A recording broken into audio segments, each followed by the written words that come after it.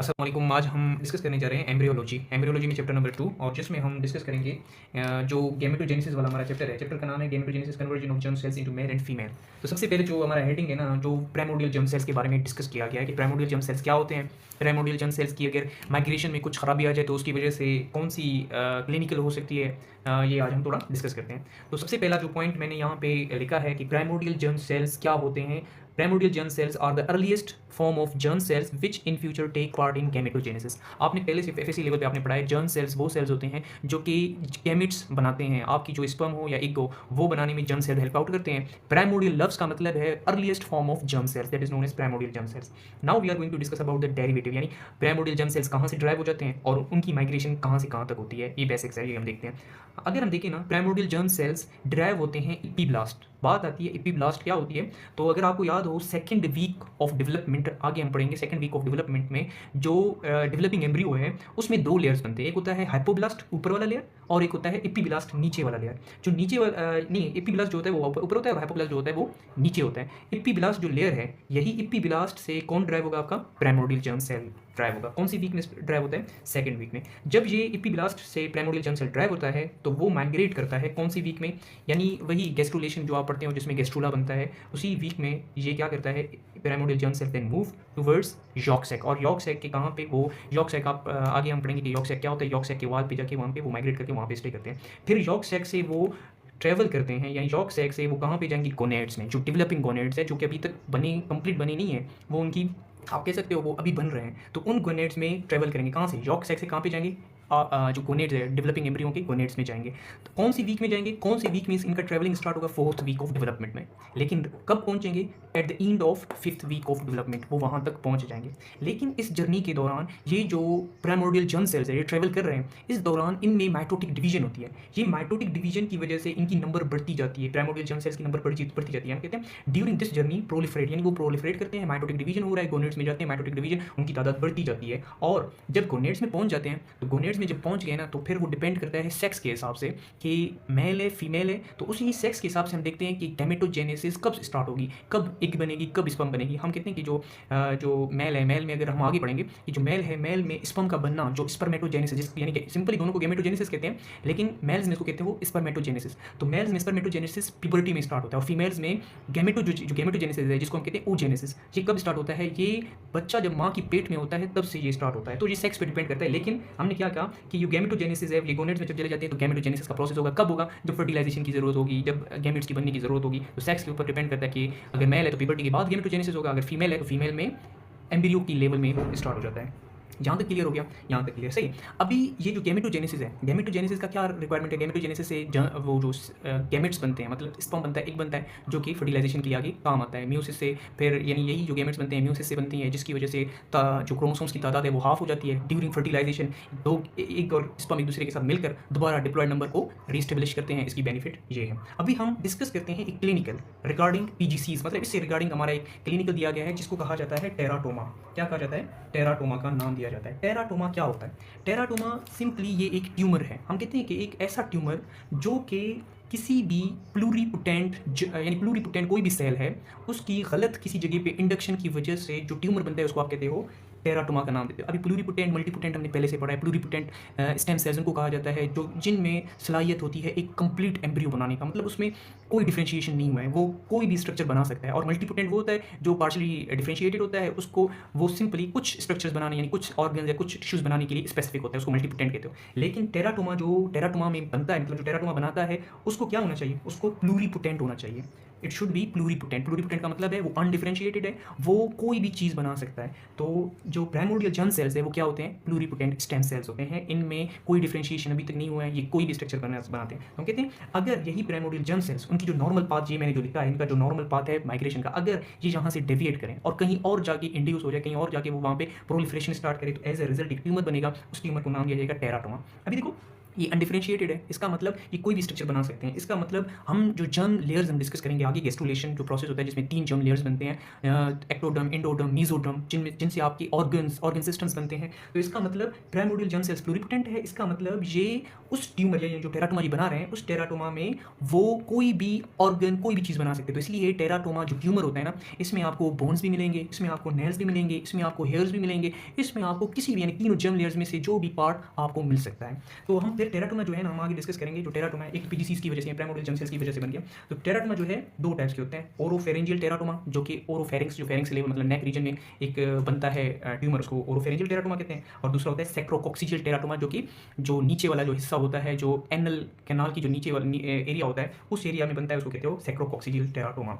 तो टेराटोमा के ये हो गया। सही है, टेराटोमा एक और चीज़ की वजह से बनता है। जब हम आगे पढ़ेंगे, जब प्रिमिटिव स्ट्रीक बनती है, प्रिमिटिव स्ट्रीक हम आगे पढ़ेंगे, लेकिन मैं अभी आपको थोड़ा आइडिया देता हूँ। प्रिमिटिव स्ट्रीक बनती है, अगर ये प्रिमिटिव स्ट्रीक जो कि जिसको खत्म होना है 4th वीक में, अगर ये खत्म ना हो जाए और ये रिमेन रह जाए, तो इसकी रिमेनिंग भी एक टेराटोमा बनाता है, क्योंकि प्रिमिटिव स्ट्रीक अनडिफरेंशिएटेड सेल से बनी होती है। और अनडिफरेंशिएटेड है तो इसका मतलब कि कोई भी 3 जर्म लेयर्स में से कोई भी स्ट्रक्चर बना सकता है। इसलिए इस ट्यूमर को भी किसका नाम दिया जाएगा? टेराटोमा का नाम दिया जाएगा। That's all about the primordial germ cells and teratomas. अभी ये आपको यहाँ पे जो नज़र आ रहा है ना, ये एक एम्ब्रियो है। ये आपको जो नज़र आ रहा है यहाँ पे, ये जो आपको नज़र आ रहा है, ये ट्यूमर, इसको कहते हैं टेराटोमा। और इस टेराटोमा में आपको 3 जर्म लेयर्स का कोई भी स्ट्रक्चर आपको नज़र आ सकता है। अभी हम ये देखते हैं कि म्यूसिस 1 अभी हो गया ना, ये म्यूसिस 1 है। म्यूसिस 1 होता है तो क्यों म्यूसिस 2 की क्यों ज़रूरत पड़ती है? म्यूसिस 1 कब होती है? म्यूसिस 1 सेम आपने ये चीज़ याद रखना है कि रेप्लिकेशन हो गया, डीएनए डुप्लीकेट हो गया।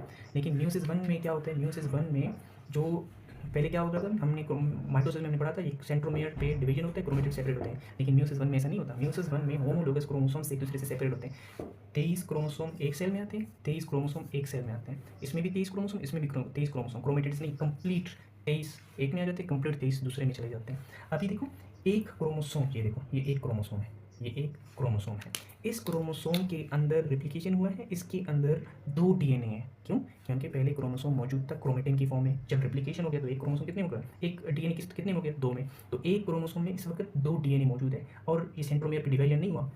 कंप्लीट एक क्रोमोसोम, 23 क्रोमोसोम एक में चले गए, कंप्लीट 23 क्रोमोसोम दूसरे में चले गए। इसका मतलब इसमें जो 23 क्रोमोसोम है, हर क्रोमोसोम में कितने डीएनए? 2। इसमें जो 30 क्रोमोसोम है, हर में कितने? 23। इसका मतलब इसमें कितने हैं? 23 क्रोमोसोम है, इसमें 23 क्रोमोसोम है। इसमें कितने डीएनए हैं? वो 46 डीएनए हैं। कितने हैं? 46 डीएनए। इसमें 46 डीएनए। अभी देखो, हमें क्या करना है? हमें क्रोमोसोम्स तो 23 हो गए, हमें डीएनए को भी 23 करना है, ताकि डीएनए भी 23 हो, ताकि ड्यूरिंग फर्टिलाइजेशन हमें 46 क्रोमोसोम्स और 46 डीएनए मिल सके। तो इसीलिए म्यूसिस 1 के बाद होता है म्यूसिस 2। क्यों होता है? उसकी मेन वजह है कि डीएनए को भी हाफ करना है। तो यहाँ पे क्या होगा? म्यूसिस 2 में सिंपली क्या होगा? म्यूसिस 2 सेम किसकी तरह होता है? माइटोसिस की तरह होता है, जिसमें यही जो क्रोमोसोम है सेंट्रोमियर से ये डिवाइड होगा। पहले 23 थे, अभी ये डिवाइड हो गया तो कितने बनेंगे? 46। उसमें से 23 एक में जाएगा, 23 एक में जाएगा। अभी देखो, ये 23 था, हर एक 2 में डिवाइड हो गया, तो 23 एक में, 23 एक में। तो इसने 2 अलग बनाया, ये 2 अलग बनाएगा। टोटल कितने सेल बनेंगे? टोटल 4 सेल बनेंगे। टोटल कितने सेल बनेंगे? 4। तो ड्यूरिंग म्यूसिस, कंप्लीट म्यूसिस के दौरान कितने डॉटर सेल्स बनते हैं? 4 डॉटर सेल्स बनते हैं। अभी बात आता है कि सारे डॉटर सेल्स क्या गैमेट्स होंगे? तो बात ये है, मेल में अगर देखा जाए, हाँ, ये सारे मेल में सारे गैमेट्स, यानी वो आगे जाएंगे कि स्पर्मेटिड्स बनेंगे, स्पर्मियोजेनेसिस के बाद फिर स्पर्म बनता है, लेकिन हम कहेंगे सारे गैमेट्स, यानी 4 गैमेट्स बनते हैं, जो कि क्या होते हैं? स्पर्म। क्या होते हैं? स्पर्म। लेकिन फीमेल में क्या होता है? फीमेल में चारों के चारों गैमेट्स नहीं बनते। एक गैमेट बनता है, एक गैमेट बनता है, जिसको क्या कहते हैं? एक कहते हैं। और दूसरा नहीं, एक नहीं कहेंगे, इसको कहोगे स्पर्मेटोसाइट, यहाँ पे इस जगह नहीं है। और दूसरे को कहोगे, दूसरे को किसका नाम दोगे? प्राइमरी oocyte का नाम दोगे। प्राइमरी oocyte फिर सेकेंडरी oocyte बनेगा। प्राइमरी oocyte सेकेंडरी oocyte बनेगा। प्राइमरी oocyte फिर क्या बनेगा? Secondary oocyte। यानी जो सेकेंडरी oocyte बनता है वो बनता है सेकेंडरी oocyte। बाकी 3 क्या होंगे? 3 होंगे पोलर बॉडीज़। पोलर बॉडीज़ क्या होते हैं? जिनकी साइटोप्लाज्म ना होने के बराबर होती है। तो ये फीमेल में होगा। बिस्मिल्लाहिर्रहमानिर्रहीम। आज जो टॉपिक हम मतलब जो है क्या स्टार्ट करने जा रहे हैं, एम्ब्रियोलॉजी पढ़ने जा रहा हूँ। कोई नहीं, अभी हम डिस्कस करने जा रहे हैं क्रोमोसोमल थ्योरी ऑफ इनहेरिटेंस। ये उतना इंपॉर्टेंट नहीं है, लेकिन हम जस्ट ओवरव्यू देते हैं इसके बारे में। क्रोमोसोमल थ्योरी ऑफ इनहेरिटेंस क्या कहता है? ये कहता है कि कोई भी अगर इंडिविजुअल है ना, उसकी जो ट्रेड्स है, कोई भी एक इंडिविजुअल है, उसकी ट्रेड्स कहाँ से आते हैं? ये आपको पता है, traits are inherited from its father and mother, यानी उसकी फादर और मदर से ट्रेड्स इनहेरिट होते हैं। यही क्रोमोसोमल थ्योरी ऑफ इनहेरिटेंस है और इसमें कुछ भी नहीं है। फादर से क्या आता है, स्पर्म आता है, और मदर से क्या आता है, एग आता है, जो कि डिसाइड करते हैं कि कोई भी इंडिविजुअल की ट्रेड्स को। That is known as chromosomal theory of inheritance. Chromosomal theory of inheritance वो लिंक्ड जीन्स का भी हमें आइडिया देता है। लिंक्ड जीन्स का क्या देता है, आइडिया देता है। ये क्या कहता है, कहते हैं लिंक्ड जीन्स वो जीन्स होते हैं जो कि एक साथ इनहेरिट होते हैं, जो कि एक साथ इनहेरिट होते हैं, उनको कहते हैं लिंक्ड जीन्स का नाम दिया जाता है। ठीक है, लिंक्ड जीन्स हमेशा आपको कहाँ पे मिलेंगे, लिंक्ड जीन्स हमेशा आपको होमोलोगस क्रोमोसोम्स पे मिलेंगे। होमोलोगस क्रोमोसोम्स पे आपको कहाँ पे मिलेंगे, लिंक्ड जीन्स हमेशा वो जीन्स होते हैं जो एक दूसरे के क्लोज होते हैं। क्लोज या फिर आप कह सकते हैं कंसेक्यूटिव जो जीन्स होते हैं वो एक दूसरे के लिंक्ड जीन्स होते हैं, वो हमेशा एक साथ इनहेरिट होते हैं, इनकी इनहेरिटेंस एक साथ होती है।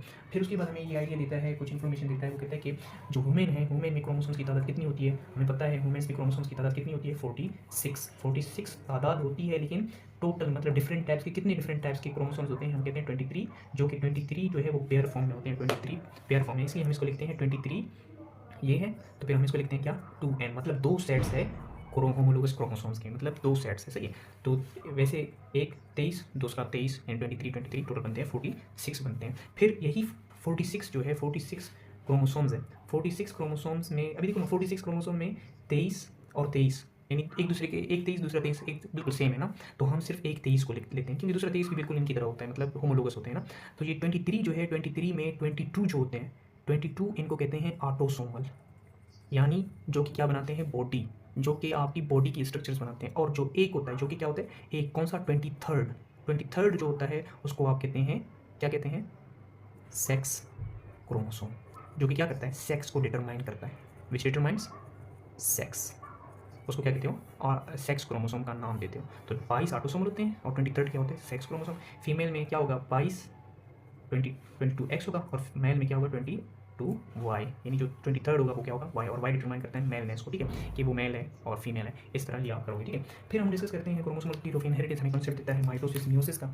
माइटोसिस और मियोसिस का, माइटोसिस क्या होता है, माइटोसिस सिंपली डिवीजन है, जिसमें एक सेल 2 में डिवाइड होता है, एक सेल 2 में डिवाइड होता है, इसको कहते हैं माइटोसिस। माइटोसिस का पहला जो होता है प्रोसेस, जिसको हम कहते हैं एस फेज, जिसको आपने पढ़ा है, जिसमें सिंथेटिक फेज होता है, अपने लिए प्रिपरेशन करता है न्यूट्रिएंट्स वगैरह। फिर होता है रेप्लिकेशन फेज। रेप्लिकेशन फेज में क्या होता है, सिंपली आपने ये याद रखना है, रेप्लिकेशन फेज में क्या होता है, डीएनए रिप्लिकेट होता है 2, यानी एक डीएनए था तो वो डुप्लीकेट होता है 2 डीएनए, एक ही क्रोमोसोम में 2 डीएनए बनते हैं। और इस रिप्लिकेशन के दौरान जो डीएनए होती है, जो यहाँ पर क्रोमोसोम का नाम ले लो ना, जो क्रोमोसोम होता है वो in the form of chromatin होता है, मतलब ये बहुत थिन होता है, डिस्टिंग्विश आप इसको नहीं कर सकते, इतना थिन होता है, ठीक है, हल्का होता है रिप्लिकेशन के दौरान।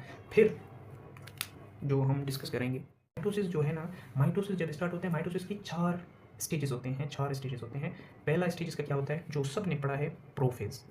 क्या होता है, प्रोफेज। प्रोफेज को कैसे आप मालूम करोगे कि प्रोफेज स्टार्ट हो गया, प्रोफेज जल्दी स्टार्ट होगा तो क्रोमेटिन, जो मैंने क्रोमेटिन का नाम बताया था, क्रोमेटिन की क्या होगी, कंडेंसेशन होगी, कॉइलिंग होगी, और वो जो है क्रोमेटिन क्या होगा, उसकी थिकनिंग होगी। और क्रोमेटिन जो था, यानी जो क्रोमेटिन था इन प्रोफेज, क्रोमेटिन किस में कन्वर्ट होगा, एक थिक डिस्टिंग्विशेबल क्रोमोसोम में, यानी थिक और क्रोमोसोम में कन्वर्ट होगा। और क्रोमोसोम क्रोमेटिन में क्या फ़र्क है, क्रोमोसोम जो है आप इसमें क्रोमेटिड्स को डिस्टिंग्विश कर सकते हैं। क्रोमेटिड्स क्या होते हैं, आर्म्स ऑफ क्रोमोसोम को कहते हैं क्रोमेटिड्स, जो कि सिस्टर क्रोमेटिड्स आप कहते हो, 2 आर्म्स होते हैं, ये और ये एक आर्म, ये दूसरा आर्म क्रोमेटिड्स। सही। फिर दूसरा आता है, ये जो दूसरा फेज़ होता है, ये पहला फेज़ हो गया, दूसरा फेज़ हम पढ़ेंगे प्रोमेटाफेज़। ये इंपॉर्टेंट है थोड़ा, इसको आप देखो ना, प्रोमेटाफेज, यानी वो फेज़ जो कि मेटाफेज से पहले आता है, वो फेज़ जो कि मेटाफेज से पहले आता है, प्रोमेटाफेज। इसको आप कैसे डिस्टिंग्विश करोगे, प्रोमेटाफेज वो फेज़ होता है जिसमें, यानी इसमें देखो कंडेंसेशन हो गया किसका, क्रोमेटिन टाइम टू क्रोमोसोम।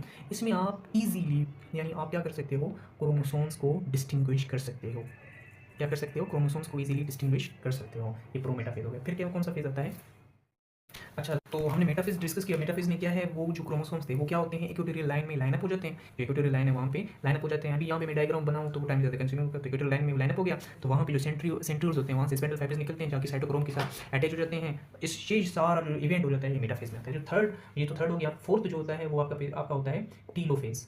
कौन सा फेज होता है, एनाफेज, नॉट टीलोफेज, एनाफेज होता है। कौन सा फेज, एनाफेज होता है। एनाफेज में क्या होता है, एनाफेज में ये होता है कि जो सेंट्रोमियर है, सेंट्रोमियर क्या हो जाता है, ये जो सेंट्रोमियर था, यानी 2 क्रोमोसोम से ये सेंट्रोमियर था, जहाँ पे स्पेंडल फाइबर जाके अटैच हो गए थे ना सेंट्रोमियर से, तो ये क्या होता है, सेंट्रोमियर डिवाइड हो जाता है दरमियान से, तो ये एक अलग हो जाता है, ये अलग हो जाता है, यानी जो क्रोमेटिड है, एक क्रोमेटिड अलग होता है, दूसरा क्रोमेटिड अलग हो जाता है, और दोनों क्या करते हैं, माइग्रेट करते हैं अपोजिट पोल्स की तरफ। यानी ये एक सेल है, ये क्रोमेटिड्स अलग हो गए, तो ये क्रोमोसोम एक साइड पे, ये क्रोमोसोम एक साइड पे, ये इस तरह माइग्रेट करते हैं। फिर जो पांचवा आता है वो होता है टीलोफेज। यानी आपने ये प्रोमेटाफेज में जो यहाँ पे लिखा था ना, ये आप ना लिखो, यानी मेनली 4 स्टेजेस होते हैं, प्रोफेज, मेटाफेज, एनाफेज, टीलोफेज। ये प्रोमेटाफेज मैंने वैसे लिखा है कि आपकी बुक में है तो ये आपने याद रखना है, लेकिन वैसे मेनली 4 स्टेजेस होते हैं। तो टीलोफेज जो होता है, टीलोफेज में सिंपली क्या होगा, टीलोफेज में जो यही जो क्रोमोसोम की जो क्रोमेटिड्स है, इनकी क्या होती है, अनकॉइलिंग होती है।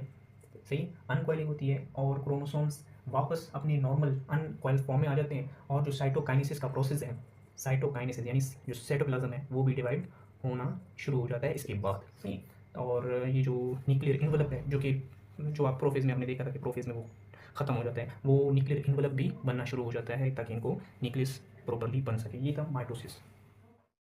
अभी हम डिस्कस करने जा रहे हैं मियोसिस। जो मियोसिस का प्रोसेस है ना, मियोसिस, अभी मियोसिस जो है इसमें आप 2 डिविजन्स पढ़ेंगे, एक होगा मियोसिस 1, दूसरा होगा मियोसिस 2, यानी 2 डिविजन्स हम करेंगे। क्यों करेंगे, उसकी रीज़न क्या है वो हम आगे डिस्कस करते हैं। मियोसिस में भी सेम वही स्टेजेस होंगे, फेजेस होंगे। मियोसिस 1 में, मियोसिस 2 में same prophase, metaphase, anaphase, telophase, ये भी यहाँ पे होगा। लेकिन एक इंपॉर्टेंट चीज़ जो कि मियोसिस में होगा वो हम पढ़ेंगे, वो होगा क्रॉस ओवर, यानी जो क्रॉसिंग ओवर है, चियाज़्मा फॉर्मेशन, ये इंपॉर्टेंट है, वो हम आगे डिस्कस करते हैं। मियोसिस, सबसे पहली जो इंपॉर्टेंट बात आपने याद रखना है, मियोसिस कौन सी सेल्स में होता है, मियोसिस हमेशा कौन सी सेल्स में होगा, जर्म सेल्स में होगा। मियोसिस कौन सी सेल्स में होगा, जर्म सेल्स में। जर्म सेल्स की में क्यों होता है, क्योंकि जर्म सेल्स आपके क्या बनाते हैं, गैमेट्स बनाते हैं। मियोसिस हमेशा किस में होता है, जर्म सेल्स में। जर्म सेल्स क्या बनाते हैं, गैमेट्स बनाते हैं। फिर गैमेट्स एक दूसरे के साथ फ्यूज़ होके, गैमेट्स एक दूसरे के साथ फ्यूज़ होके क्या बनाएंगे, जाइगोट बनाएंगे। और जो जाइगोट है आगे वो जाके क्या बनाएगा, एम्ब्रियो, और एम्ब्रियो आगे जाके एक इंडिविजुअल बनाएगा। तो ये चीज़ है, जर्म सेल्स में मियोसिस होता है। क्यों जर्म सेल्स में मियोसिस क्यों होता है, क्योंकि उसकी मेन रीज़न ये है कि गैमेट्स हमेशा क्या होते हैं, हैप्लॉइड। और मियोसिस वो डिवीजन है जिसमें नंबर ऑफ क्रोमोसोम्स की जो तादाद है वो हाफ हो जाती है। इसलिए इस मियोसिस को, मियोसिस जो डिवीजन है, इसको कहा जाता है रिडक्शन डिवीजन। रिडक्शन डिवीजन का नाम दिया जाता है, रिडक्शन डिवीजन का नाम दिया जाता है मियोसिस को। यानी यहाँ पे जो क्रोमोसोम्स जो एक इंडिविजुअल में कितना होते हैं, 46। इसका मतलब मियोसिस जिसमें भी, जिस सेल में भी होगा, उसके क्रोमोसोम्स की तादाद 46 से कम होकर कितना बनेगा, 23। और ये क्यों इंपॉर्टेंट है, क्योंकि गैमेट्स, 2 गैमेट्स एक दूसरे के साथ फ्यूज होते हैं, स्पर्म और एग ना, तो 23 एक से आता है, 23 एक से आता है, दोबारा 46 क्या होता है, रिकेन होता है। तो इसलिए हमेशा मियोसिस जर्म सेल्स में होगा, वो क्या बनाएंगे, गैमेट्स बनाएंगे, जो कि फ्यूज होकर ड्यूरिंग फर्टिलाइजेशन जाइगोट बनाएंगे। ये हो गया। अभी मियोसिस के यानी मियोसिस कितने डिविजन्स में कंप्लीट होता है, 2 डिविजन्स। जो मियोसिस 1 होता है, मियोसिस 1, मियोसिस 1 में सेम फेजेस आपने याद रखना है, प्रोफेज, मेटाफेज, एनाफेज, टीलोफेज आपने याद रखना है, वो होंगे। लेकिन इसमें इंपॉर्टेंट क्या है, मियोसिस 1 में आपको देखने को मिलेगा क्रॉस ओवर।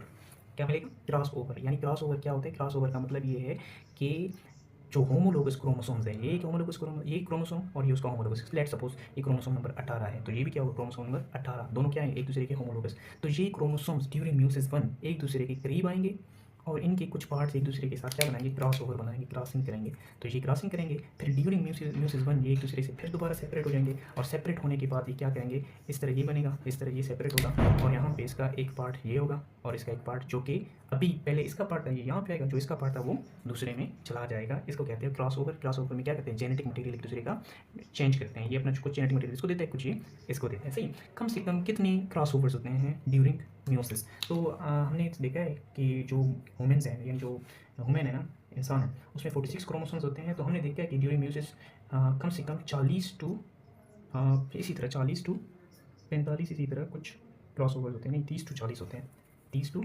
40 क्रॉस ओवर्स होते हैं, और जहाँ पे क्रॉसिंग होती है। सही, अभी क्रॉस ओवर की आपने क्या याद रखना है, ये इंपॉर्टेंट चीज़ है, क्रॉस ओवर की आपने याद रखना है कि क्रॉस ओवर की रिजल्ट्स क्या है, कौन कौन सी रिजल्ट्स हैं म्यूस, यानी जो क्रॉस ओवर है